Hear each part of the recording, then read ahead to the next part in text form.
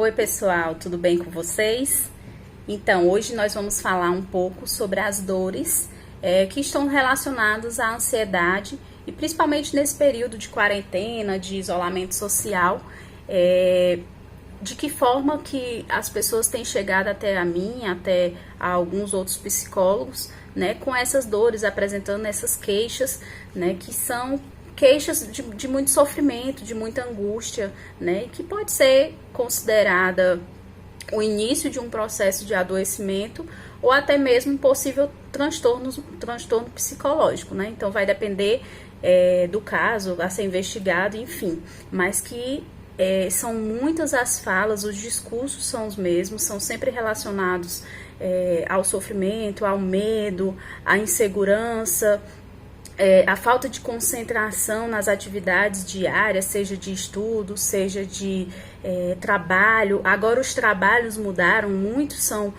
home office, né? Então, assim, são momentos difíceis que essas pessoas estão passando, que muitos de nós estamos passando e que estamos tendo que aprender a lidar com esse novo, né? Então, assim, o coronavírus, ele veio meio que avassalador, sem avisar ninguém, e de uma certa forma vem causando sofrimento. E tudo bem não estar preparado. Muitas pessoas às vezes pensam que, Karina, nós estamos há mais de 30 dias isolados ou em quarentena e ainda não tem muita previsão de se vamos voltar ou não.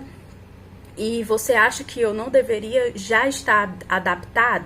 Então, assim, não, gente, então não deveria estar adaptado, porque nós temos uma vida pela frente, né? Então, nós temos aí uma história de vida, que é a nossa idade. Então, são a idade, imagina aí, a idade que você tem é a idade que você tem de um comportamento em que você podia sair sempre que precisasse, sempre que quisesse, enfim. Você poderia ir para qualquer lugar que você tivesse vontade e principalmente você poderia ficar em casa se quisesse, mas era uma escolha sua, não era algo imposto pela sociedade, não era algo imposto pelo governo, muito menos algo imposto por uma doença, porque a gente sabe que o isolamento social ele é algo que está sendo imposto por conta do vírus, para se prevenir, né, para diminuir o número de pessoas que vão estar contraindo a doença, mas que não é uma escolha nossa, nem é uma escolha dos governantes, das pessoas que estão, das lideranças governamentais que estão aí colocando, né? Então, na verdade, é uma forma de proteção para a sociedade, para evitar realmente esse acúmulo. Mas os infectados ou as pessoas que estão possivelmente infectadas, eles têm números, eles têm contabilizações. Então todos os dias está sendo divulgado o número de pessoas que contraíram a doença, pessoas que foram curadas, pessoas que estão com suspeitos, pessoas que fizeram exames e assim sucessivamente. Mas dentro da saúde existe algo que também é preocupante, porque isso, como eu disse, veio como uma mudança, mas é uma mudança que ninguém estava preparado. E vem ocasionando muita doença, muito problema na saúde mental, né? Então, assim, são coisas que não são contabilizadas. A gente não sabe quantas pessoas estão em casa sofrendo, sentindo crises de ansiedade, de depressão. Pessoas que já se isolavam socialmente estão tendo que conviver com a família dentro de casa, que muitas vezes não convivia, né? Pessoas que poucas se viam, estão tendo que se ver diariamente, famílias estão todas dentro de casa, casais estão em casa tendo a maior dificuldade, né? Então, assim, isso não tem números sendo apresentado, a gente não tem como medir quantas pessoas estão sofrendo psicologicamente ou que estão tendo algum tipo de sofrimento em casa, ou devido a isso, ou devido a qualquer outra coisa que já existia, né? Porque existem as pessoas que estão tendo essas dores agora, mas existem as pessoas que já tinham, que já sofriam com depressão, que já sofriam com ansiedade, que já sofriam com estresse crônico e que veio esse momento meio que avassalador e elas estão tendo que também aprender a lidar com essas situações, né? Mas que dores são essas, né, Karina? Às vezes a gente meio que não sabe distinguir o que é uma dor, né? Às vezes acha que dor é só aquela dor assim, tô com dor aqui no meu braço, meu dor na minha perna. Mas, gente, a dor emocional, ela é uma dor muito forte, que muitas vezes nos para, né? Então, a gente tem que cuidar das nossas emoções, porque ela realmente pode afetar toda a nossa vida, seja profissional, seja pessoal, seja o nosso futuro, em forma de desenvolvimento pessoal, enfim. Então, assim, eu tenho percebido que nos atendimentos tem aumentado muito esse índice de sofrimento, e que muitas vezes é relacionado a essa nova convivência, né, esse novo modelo de convivência familiar, que todo mundo está em casa, então os nervos ficam à flor da pele, todas as dificuldades são apresentadas ali à tona, e você não tem muitas vezes uma válvula de escape, né? Então você não tem como escapar no trabalho, você não tem como escapar na faculdade, então você está vivendo aquele problema ali, e aí você tem que fazer algo. E aí a gente vai falar um pouquinho sobre esse algo que algumas pessoas fazem ou não fazem, né?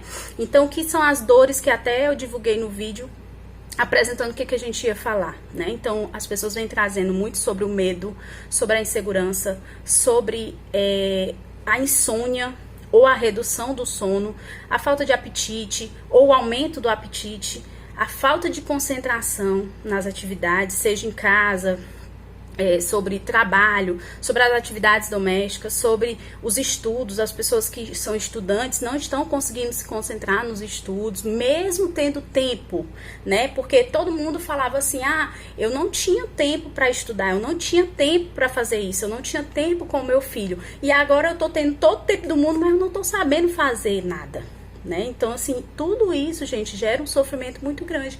Às vezes a gente pensa que a pessoa simplesmente está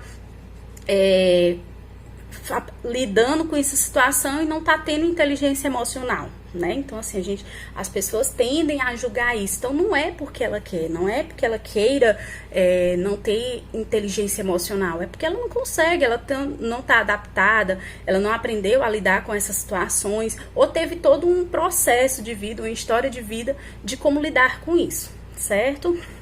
Então, de alguma forma, isso tem gerado muito sofrimento e muito impacto nas relações, principalmente nas relações familiares, né? Seja de marido e mulher, seja na relação pais e filhos, seja na relação conjugal em si como um todo, seja na relação com os pais, né? Então isso tem gerado muito sofrimento, e as pessoas não sabem lidar com as emoções. A gente tende a descobrir isso mais profundamente quando a gente para entender como é os nossos comportamentos, né? Então isso que a gente vai falar um pouquinho aqui. Alguns desses sintomas, eles muitas vezes também são topográficos, né? Que a gente chama, que são aqueles sintomas que são sentidos mais no corpo, né? Então, taquicardia, aperto no peito, falta de ar, dificuldade de respirar, tremores, suor, né, excessivo. Então dá um excesso de suor nas mãos, um excesso de suor no corpo, enfim, tremedeira, vontade de desmaiar, vontade de vomitar. Então são alguns sintomas no corpo que a gente vê também quando a pessoa está com um índice de sofrimento psicológico, tá? E aí, por mais que a gente esteja há um tempo já nessa rotina, né, esse um mês, é totalmente compatível que a gente também não está ainda adaptado a esse processo, não? Então a gente tem que fazer algo para mudar.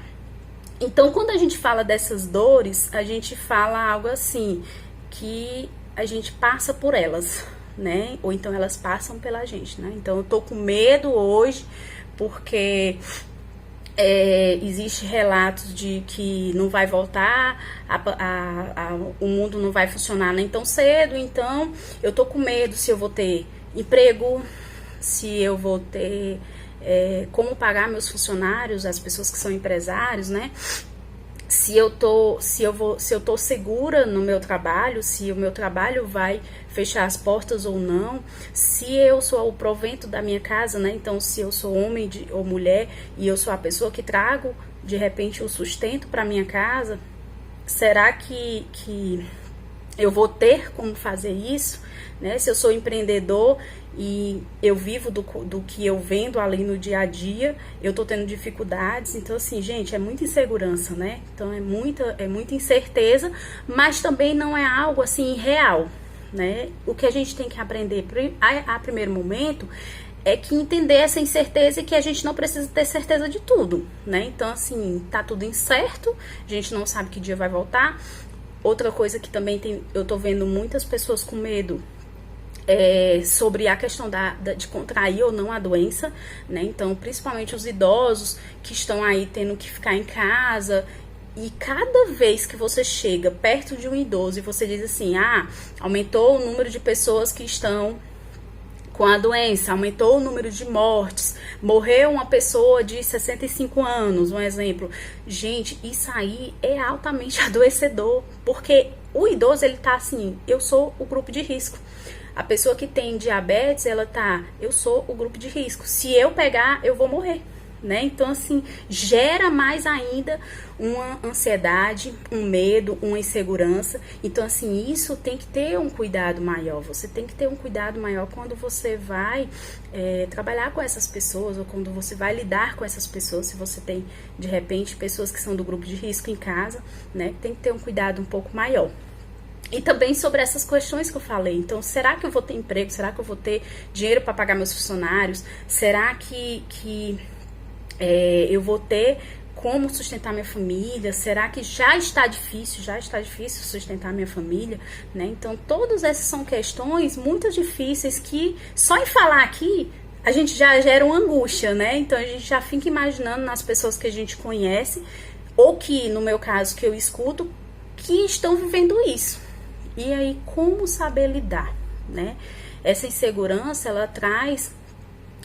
é como se fosse uma cadeia, né? Você vai gerando uma coisa, vai gerando outra. Então, você começa ali, um exemplo, se você começa lá com o medo, com a insegurança, e aí mais na frente você começa a sentir outras dificuldades, né? Por exemplo, você começa a deixar de dormir, você começa a sentir insônia, você antes de dormir começa com muitos pensamentos acelerados, você deixa para pensar ali na hora de dormir, que você vai pensar sobre a sua vida, sobre as dificuldades que você está vivendo ali no seu dia a dia, e aí é uma bola de neve, sabe? É uma bola de neve que aí depois influencia na sua alimentação, você começa a comer menos ou comer mais, devido à ansiedade, devido a essa tensão que você tá vivendo, e gera vários impactos na sua vida, no seu corpo, na sua vida como um todo, nas suas relações, principalmente nas suas relações, né? E que muitas vezes a gente negligencia, né? Às vezes a gente acha que,